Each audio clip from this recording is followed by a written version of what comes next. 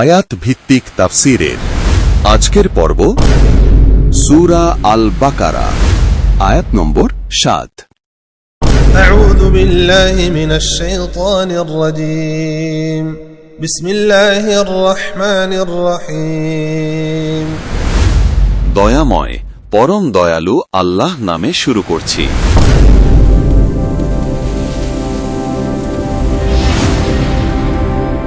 আসসালামু আলাইকুম ওয়া রাহমাতুল্লাহি ওয়া বারাকাতুহু।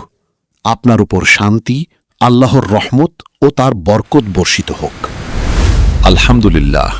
আয়াত ভিত্তিক তাফসীরের ধারাবাহিক পর্বে সর্বপ্রথম আমরা মহান আল্লাহ তাআলার দরবারে শুকরিয়া আদায় করছি। এবার চলুন পবিত্র কোরআনের সূরা আল বাকারার 7 নম্বর আয়াতের তেলাওয়াত আগে শুনে নিই।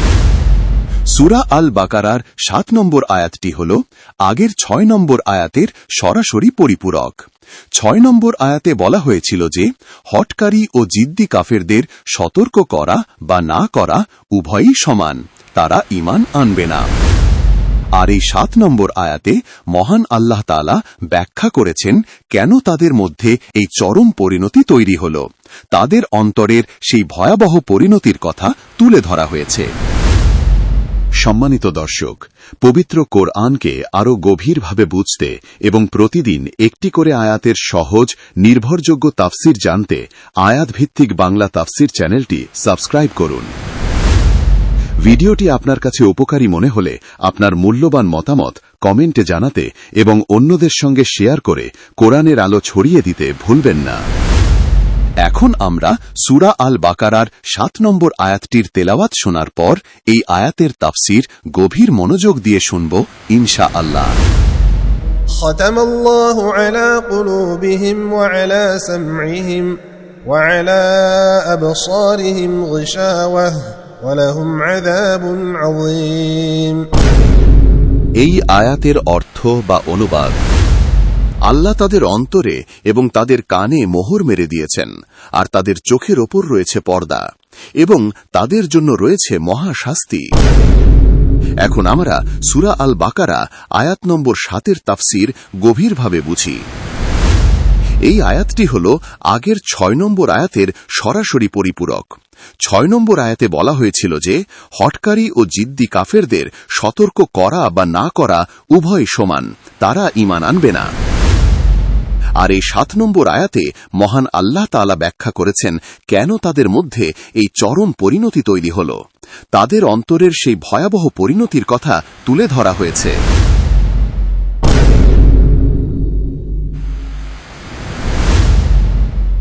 এবার বিস্তারিত তাফসীর শোনা যাক।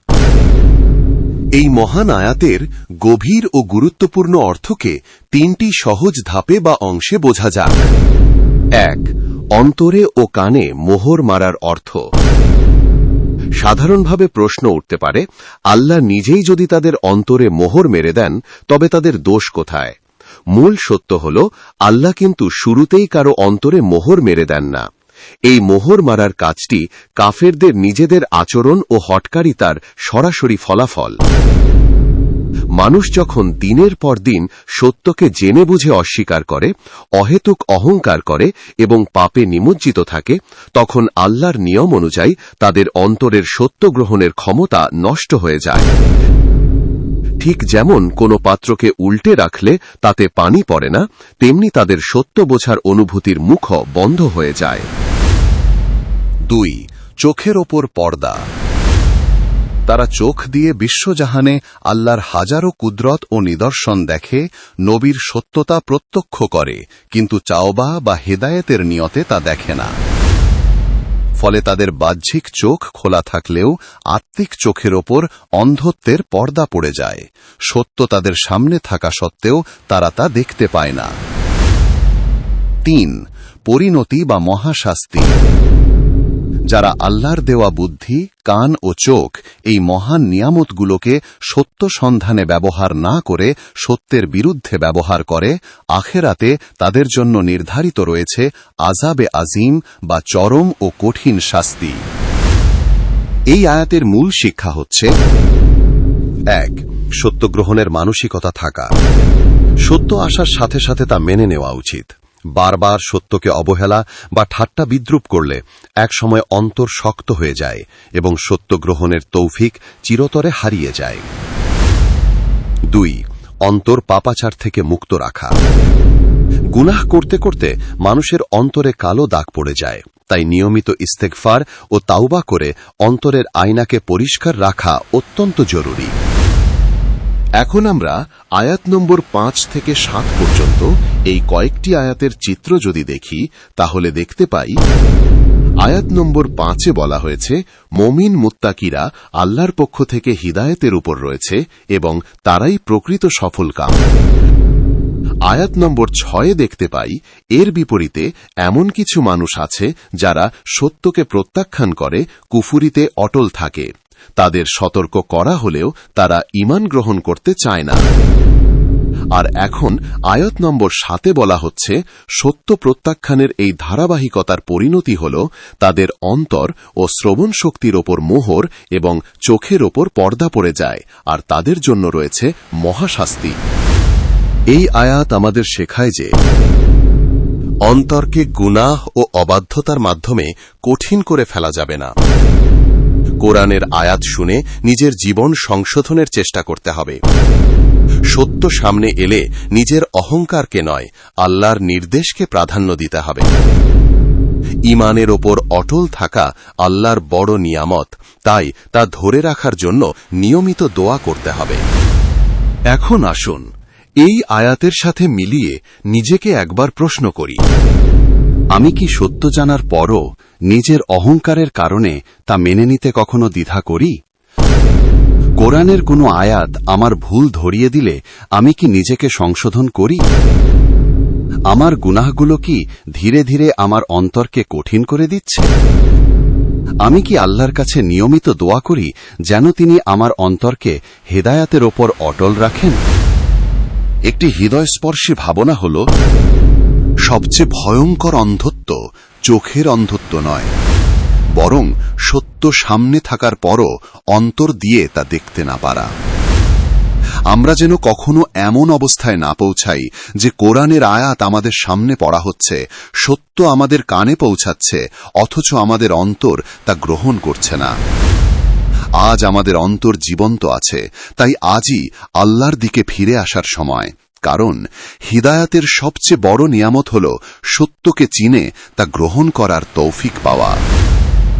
প্রতিদিন আমাদের দোয়া হওয়া উচিত, হে আল্লাহ, আমাদের অন্তরের ওপর কখনো এমন মোহর লাগতে দেবেন না যার কারণে আমরা আপনার সত্য বাণী গ্রহণ করতে না পারি। আমাদের অন্তরকে ঈমানের আলোয় জীবন্ত রাখুন। কোরআনের আয়াত শুনে তা বুঝতে, গ্রহণ করতে এবং জীবনে বাস্তবায়ন করতে তৌফিক দিন। আমাদের ঈমানের ওপর অটল রাখুন এবং ঈমানের সঙ্গে মৃত্যু দান করুন। আমিন। একটি বিশেষ নোট, এখন আমরা সূরা আল বাকারা সম্পর্কে কিছু গুরুত্বপূর্ণ তথ্য জেনে নেই। সূরা আল বাকারা পবিত্র কোরআনের দ্বিতীয় এবং দীর্ঘ সূরা। বাকারা শব্দের অর্থ গাভী। এই আয়াতে বনি ইসরায়েলের গাভী জবাইয়ের ঘটনার উল্লেখ থাকার কারণ সম্পর্কিত ঘটনার সূত্রে এই নামকরণ করা হয়েছে। এই সূরায় ইসলামের মূল নীতি ও আইন কানুন বিস্তারিতভাবে আলোচিত হয়েছে। হযরত মুহাম্মদ সাল্লাল্লাহু আলাইহি ওয়াসাল্লাম মদিনায় হিজরতের পর মাদিনা জীবনের শুরুর দিকে এই সূরাটি অবতীর্ণ হয় বলে একে মাদানী সূরা বলা হয়। এই সূরা মদিনায় নাজিল হওয়া সর্বপ্রথম সূরা। এটি পবিত্র কোরআনের দ্বিতীয় সূরা। এতে মোট 286টি আয়াত রয়েছে। রুকুর সংখ্যা 40টি, সিজদাহর সংখ্যা নেই, শব্দের সংখ্যা 6221টি। এই সূরায় বিশেষভাবে তুলে ধরা হয়েছে মুমিন, কাফের ও মুনাফিকদের চরিত্র, নবীগণদের ইতিহাস, ইসলামী বিধান ও শরীয়তের আইন কানুনসমূহ। বহুল আলোচিত এবং কোরআনের অন্যতম শ্রেষ্ঠ ও মর্যাদা সম্পন্ন আয়াত আয়াতুল কুরসি এবং শেষ 2 আয়াতে রয়েছে বিশেষ ফজিলত। সম্মানিত ভাই, বোন ও বন্ধুগণ, এই আয়াতের তাফসীর থেকে আমরা কি শিখলাম? কমেন্ট করে আপনার মতামত আমাদের জানাতে ভুলবেন না। সূরা আল বাকারার 8 নম্বর আয়াতের তাফসীর শোনার আমন্ত্রণ জানিয়ে 7 নম্বর আয়াতের তাফসীর এখানেই শেষ করছি।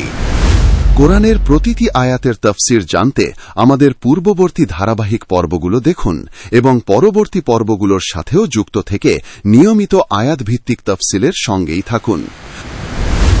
মহান আল্লাহ তাআলা যেন আমাদের সবাইকে কোরআন বুঝে পড়া, তা থেকে শিক্ষা গ্রহণ করা এবং জীবনে বাস্তবায়নের তৌফিক দান করেন। আমিন।